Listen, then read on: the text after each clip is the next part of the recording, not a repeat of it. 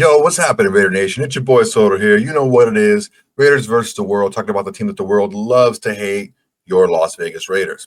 Okay, let's take a step back. Okay, suspend disbelief for a second. We need a new quarterback.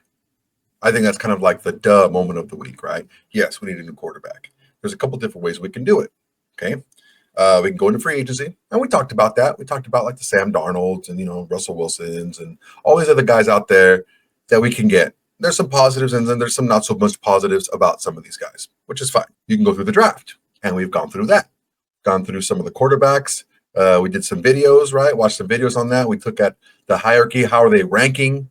From after the Senior Bowl. That's another way to go. A third way to go is target a backup quarterback on an existing team for a trade. Okay, suspend disbelief for a second, because I think a lot of people are like, well, why would anyone get rid of a good quarterback? Well, maybe they have a lot of needs.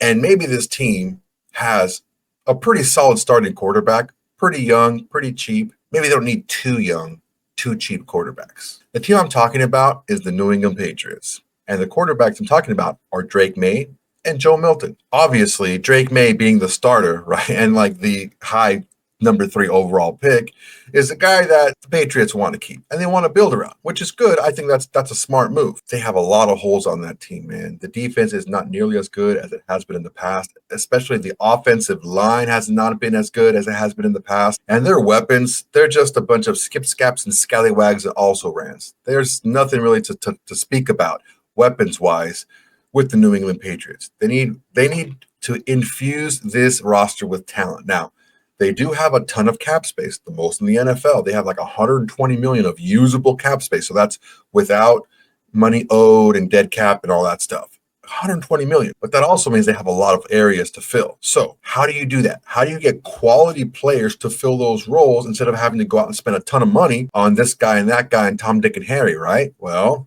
you look at some assets that you have that maybe you don't really need, and you trade him. And that trade is Joe Milton. So Greg Bedard from the Boston Sports Journal, he's been saying that Joe Milton's been drawing some interest from executives around the league. And I get it. I understand. I was really upset last offseason during the draft when not only did Telesco not get a quarterback in the first round, he didn't draft a quarterback at all. He drafted a backup corner. He drafted a backup linebacker. They were mainly special teams guys, instead of drafting Joe Milton, who went after those two guys were picked. I think it would have been a great pick to pick up Joe Milton in the 4th or 5th round last season and have him sit behind a couple of guys and just learn. And what would have happened if we had someone like that on our team? Teams were intrigued by Joe Milton last year.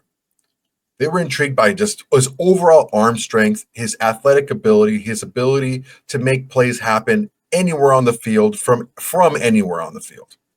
The issue that I think Joe Milton ran into is his accuracy issues, his accuracy problems. And when you take a look at how the quarterbacks stacked up last season, there was quite a few quarterbacks last year in the draft that had some really nice skills. Maybe not the top end skills that Joe Milton had, because I think Joe Milton was probably one of the faster quarterbacks to come out of college last season.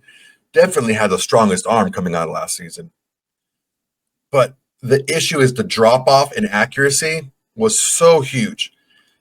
There's also an issue of his college production. It wasn't great. He was a backup to Hendon Hooker. He was a backup at Michigan. He was a backup everywhere he went until Hendon Hooker finally graduated. Then he was a Tennessee starter, and he performed pretty well, but there were still some glaring issues. That's why I believe he dropped. I don't know that a lot of the coaches nowadays are really into a lot of teaching. There's a lot of implementing, like this is my scheme. These are my places, how I want to do things. But as far as developing players, there's the whole D&D, right? There's 3 Ds. There's discovery. You got to find the players. You have to draft them. That's another D. And then you have to develop them. That last D, that's a tough one, man. Just look at the Raiders. They've had like 4 coaches in the last 5 years, caught in the interims or something like that. That's a lot of turnover. So when you take a look at a guy who needs some pretty major development, you're looking at him and you're like, am I going to be around enough to kind of like, harvest these crops that I'm planting and developing? Like, I don't, it's a tough situation. And it's easy for us as fans because the fans aren't going anywhere. we're fans of this team and that's it. We're fans of the Raiders. But these coaches, they may not last that long. So I don't know if they're going to want to put all their eggs in the basket of Joe Milton.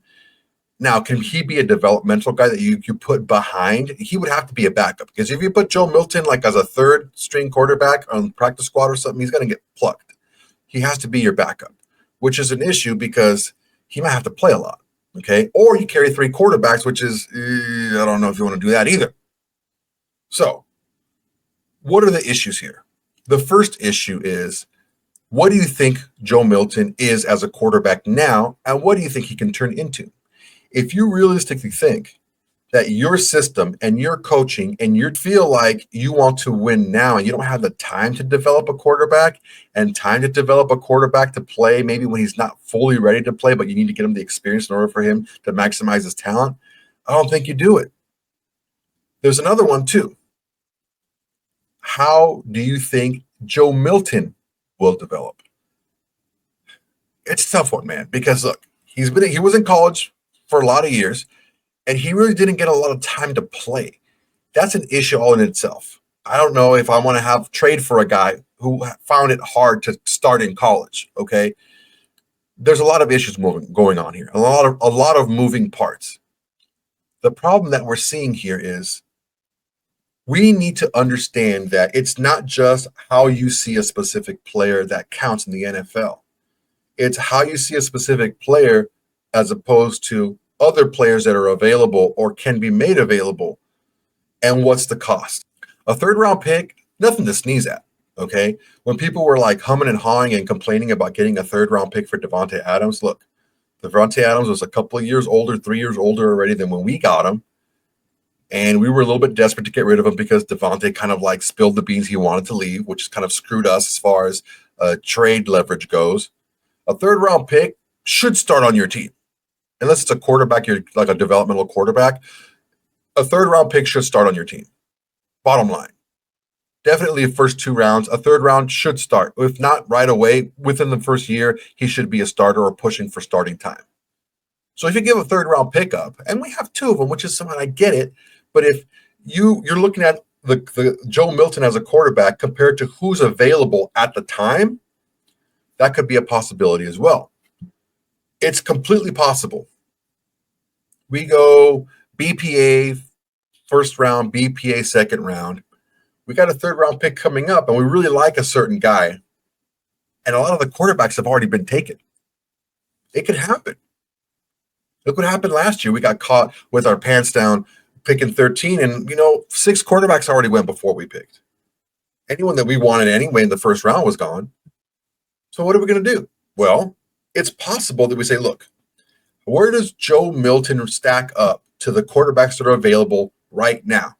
Not the quarterbacks in the draft class or whatever. Who's available to draft when we pick in the third round? And how does they stack up with Joe Milton? That you have to go back and you have to think and compare. This is what we thought of Joe Milton as a prospect. This is what we think of these guys as prospects.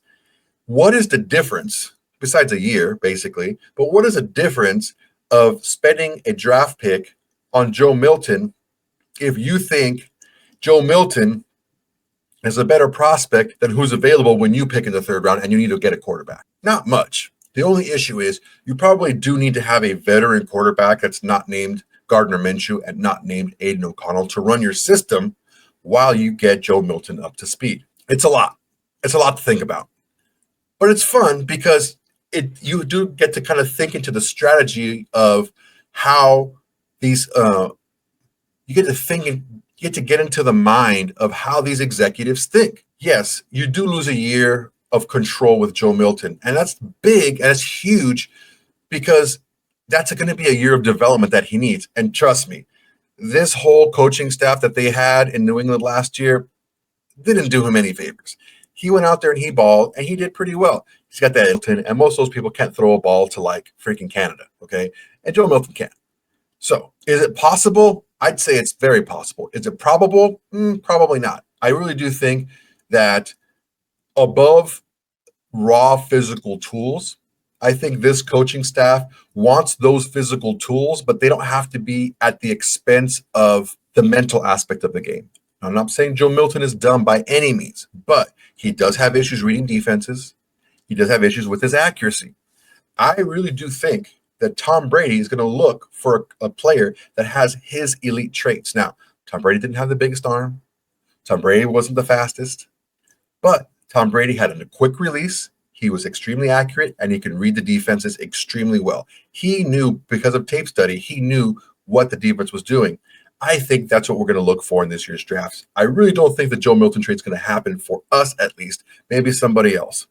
All right, guys, let me know what you guys think about the video. Let me know what you guys think about this whole scenario with Joe Milton and how the draft works and how the trades work and they're on pick for a quarterback, whether you draft him or trade for him. Let me know. All right.